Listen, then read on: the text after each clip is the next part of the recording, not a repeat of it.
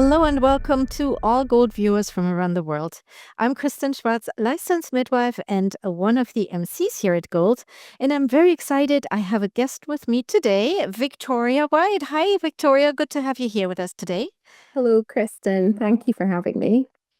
It's wonderful to have you here. We're going to chat about your presentation. You are actually part of our Labor and Delivery Symposium 2025. We get started with that. That will be available in October.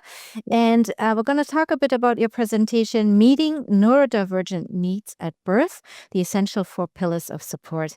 But before we jump into this, tell us a little bit about yourself. Where in the world are you?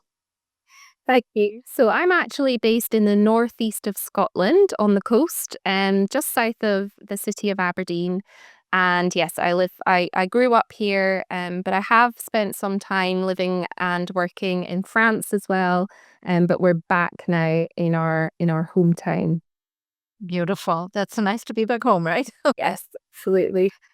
So let's talk about that presentation of yours, the Meeting Neurodivergent Needs in Birth and the Essential Four Pillars of Support. What inspired you to get passionate about this topic? And talk a little bit also about your background here. Okay, thank you so much. So my background's actually, it's in science, but it's not in the birth world particularly. I worked as a marine biologist for a number of years, but following the birth of my own children, I was drawn to supporting women and birthing people. And I trained as a breastfeeding supporter and as a doula. Around about the time I was really getting into my stride, I suppose, with my birth work. We were also navigating a time as a family in trying to better understand how to support our eldest daughter. So she's nearly 9 years old, but she was diagnosed as autistic when she was 5, and more recently with ADHD as well. And it really sort of prompted me to think, wow, what might her perinatal experience be like if she chooses to go on to have children? Will she be understood? Will she be supported? How are autistic and other neurodivergent people supported? So it became a real hyper focus of my own, and I decided to launch an Instagram page to have these conversations, and a podcast called the Neurodivergent Birth Podcast. And it quickly became clear that this was a much needed space in the birth world that wasn't being talked about very often. There isn't great awareness, there isn't good training for maternity and perinatal professionals. So we became an organization basically. I started a not-for-profit organization in the UK called Neurodivergent Birth. We're a community interest company, which means that any income we make from the services we provide has to go back to serving the community that we're representing. So we offer now training for maternity and perinatal professionals, and we also offer antenatal education for neurodivergent audiences. And what we're really proud of is that the income that we make goes into a pot, a metaphorical pot, and an access fund for neurodivergent people to apply to use that money to fund doula support, because we recognise that the role of the doula in supporting neurodivergent perinatal experiences is a really important one. Wonderful. Yes, I can only imagine. So you're also training doulas as well for neurodivergent birth? We have the people who attend our training come from a wide range of backgrounds. We have a lot of doulas, but we also have midwives, obstetricians, perinatal psychologists. Anybody actually who supports people during the perinatal period will benefit from our CPD training. Uh-huh. And it's based on the 4 support pillars of neurodivergent birth, which I'm going to cover in the presentation for Gold Learning. Absolutely. I can only imagine birth can be in times very calm, but there can also be, a lot of things happening, lights, sounds, of course, other sensory experiences, of course, labor itself. If the birth happens at a hospital or institute, there's people and staff coming in and out, maybe support people. Talk a little bit about the sensory triggers. Me as a layperson, I have some idea, but I know you have a lot more to say about that. I think when I think about the sensory experience of pregnancy, birth, and the postnatal time, my mind is kind of blown. I sort of am stopped in my tracks because it is a bit of a minefield. All the senses are impacted because the way we feel within our bodies is changing through pregnancy and after we give birth to our babies as well. And we obviously have the sensations related to growing a baby inside us, and not everybody is in love with those movements, and we need to be compassionate about that. I think society can make us feel quite shameful if we don't enjoy those movements. But then we also have, a huge amount of sensory stimuli related to being in clinical environments. So we have bright lights, loud noises, lots of people we don't know, potentially being touched by a lot of people that we don't know, and the touch of a latex glove, for example. And if we're having ultrasounds and screening tests, there's going to be a lot of strange sensations relating to those. And then postnatally, life with a newborn baby is a very sensory experience as well. So there's so much to understand. And I think a lot of people, neurotypical people as well, so people who aren't neurodivergent, it will struggle sometimes with this overwhelm of the sensory experience, but that can be really magnified for neurodivergent people. So it's important we understand what that can look like and how we can reduce the sensory stressors where possible. Mhm.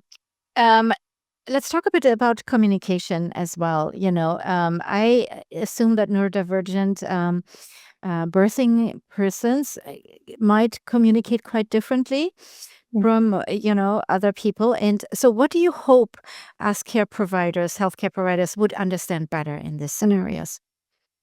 I would love people to just take a moment to really get to know how a person best communicates, what their style is, and how they best process information. We share so much information with women and birthing people in the perinatal time, and that's really important because we need them to know what's going on. We need them to be able to make informed decisions and to have evidence based information available to them. But we have to think about that in the neurodivergent context. If people have differences with their information processing abilities and styles, then perhaps the way that we offer information as a standard is not meeting their needs. And they're therefore missing out on information that's really important for them to be able to make informed decisions. So I would always encourage people to take time to really ask the person that you're supporting, how do you prefer to receive information? What do you like in terms of, do you prefer auditory information or written information? Is there a particular style that you enjoy and get the most out of? So I think it's just being aware of difference, of diversity, and asking questions and supporting those differences where possible. Well, thank you so much for that. That's a wonderful answer right there. And now getting back to you personally, what have you learned from neurodivergent client that maybe has shifted your understanding what truly supportive birth care looks like? I think for me, the neurodivergent people I've supported as a doula in particular have been so grateful to just be listened to as individuals, for assumptions not to be made about how they're going to experience the perinatal time. I think often in our maternity and healthcare services, there's an assumption that perhaps we'll struggle with some things here, perhaps we might need a bit of support there, but often we don't recognize the diversity in experience. So I think neurodivergent people have appreciated being asked as individuals, what do they need?